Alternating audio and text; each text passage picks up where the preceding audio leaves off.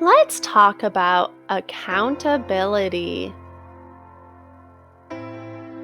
Hi, Bulldogs. Mrs. Stack, one of your school counselors, here to talk about being accountable for your learning at home.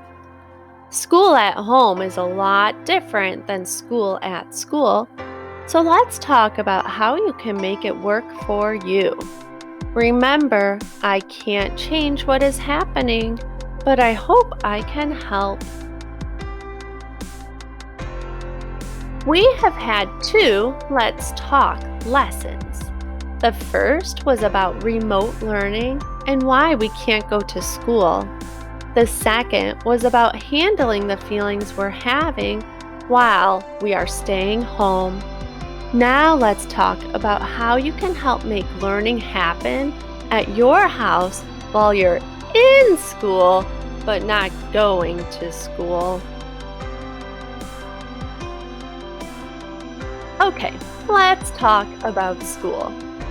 You are still in school, even though you're not actually inside our building. That means you have to learn how to be a student a little differently. That means your teachers are learning how to be teachers a little differently. That means your school counselors are learning how to be school counselors a little differently. Even Dr. Bauer is learning how to be a principal a little differently, too. Being in school at home is different, but we know that you can still learn. At Stranahan, we have our Pause Pledge that helps us learn how to be accountable. Being accountable for your learning means that we are putting effort into our learning. Our teachers and parents may be giving you things to learn and practice, but you are responsible for your own learning. We had a pause lesson that helped us figure out how to be accountable for our learning at school. You can look back at it if you can't remember. It is a little different now, but still kind of the same too.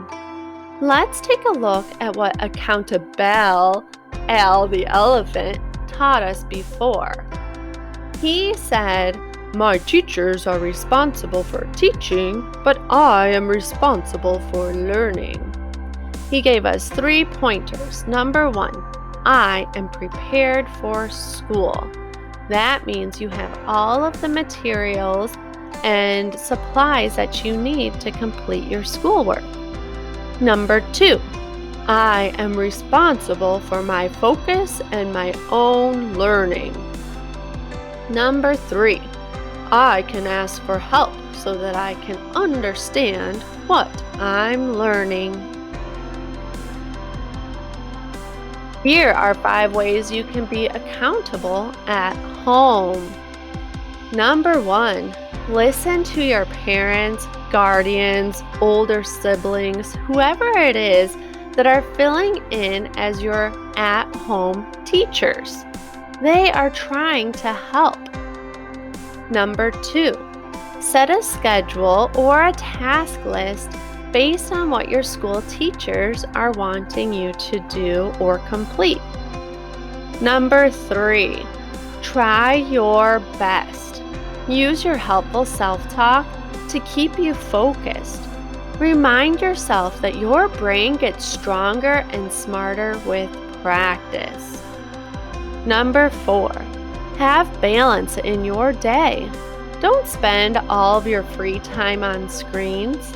Be sure to exercise and play games that don't use screens. Number 5, take care of your emotional health. Practice healthy coping strategies to manage your feelings. Also, remember that people cannot read your mind, no matter how much they love you. It is your responsibility to ask for help. Ask for help with your emotions, ask for help with your work, Ask for help anytime you can't solve a problem on your own. There are many people who can help you, even from afar. Mrs. Jordan, Mrs. Stubleski, your teachers, Dr. Bauer, and I are all here to help you. Don't hesitate to reach out. We don't know for sure when we'll be back in school, but remember that we're in this together. Remote learning is going to be a challenge, but like any other challenge, I know that we can do it. Let's work together to make this the best it can be. I believe in you. And remember, you're still a bulldog and you still belong. We are a family of school people working together to make this work. So, if you are having a hard time figuring out how to learn at home, please contact Mrs. Stack and Mrs. Jordan through email or Google Drive. We are happy to help. We miss you so much. Take care, Bulldogs.